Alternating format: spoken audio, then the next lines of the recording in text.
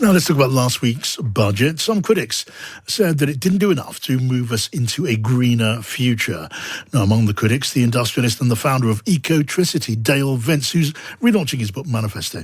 There are new sections on his move into politics, his view on how the country can grow while preserving our climate. And he's on the line. Hello to you, Dale. Yeah, hi, John. Hi. Look, you weren't happy with the budget then, Dale, although it did continue, didn't it? The levy, the windfall tax on oil and gas. I guess you welcomed that. Well, yeah, except, John, the exemptions for the oil and gas companies run to just over 90%. So as long as they're investing in more fossil fuels, which we don't need, and it's an uneconomic thing, then they don't pay the tax at all. So there's a coach and horse through the middle of it. I don't really think that it matters that it's being extended in its current form.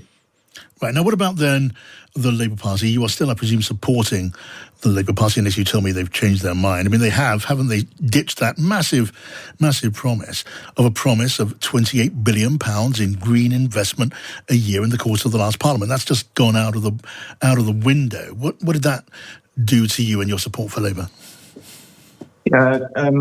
Nothing is the short answer to your question, John. I don't think it was ditched altogether. Depending on where you read it, it dropped to £7 or £15 billion a year. And I think what Labour were really saying was, look, the state of the economy is worse than it was 2 years ago when they made the pledge originally. We don't know when the election will be. We don't know the state of the economy when they may take power. So it doesn't make sense to hold to a pledge that looks at the moment unfundable. Right. So you are completely supportive about that move, because some, and not just Green campaigners, were worried about that. Also made the point that the policy seemed to be quite popular with an awful lot of people. Yeah, it is a popular policy, and I understand why people are concerned. I think what Labour have done is realistic and practical, and I'm confident that if they win the election, when they get into power, they'll do what needs to be done within the realms of affordability. But the really important thing here, John, is the 28 billion became a bit of a millstone around their necks from the time that they named that sum. It came from the Climate Change Committee originally, saying that's what we need to spend every year to get to net zero. But there are so many things in the green economy that don't require public spending, and so many things that can be borrowed for on the same basis as the private sector does it. So you borrow to build a project that pays its own debt, pays its own interest, and makes a profit. We should do those things because that's how companies grow and that's how economies grow. And that doesn't need a penny of the 28 billion. Right, now you're moving, aren't you, into the political sphere? You've reissued your book. Does that reassert your refusal to back now the direct action protesters like Just Stop Oil?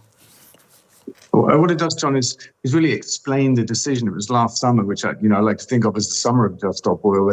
They kind of were at the peak of their powers, I think, and the peak of their infamy, probably in the media.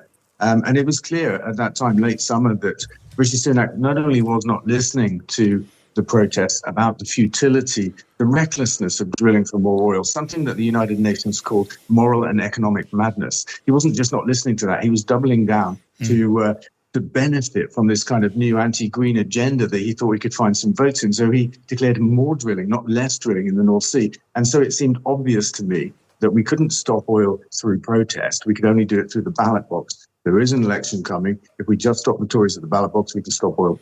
All right. Dale Vince, good to have you on. Thank you.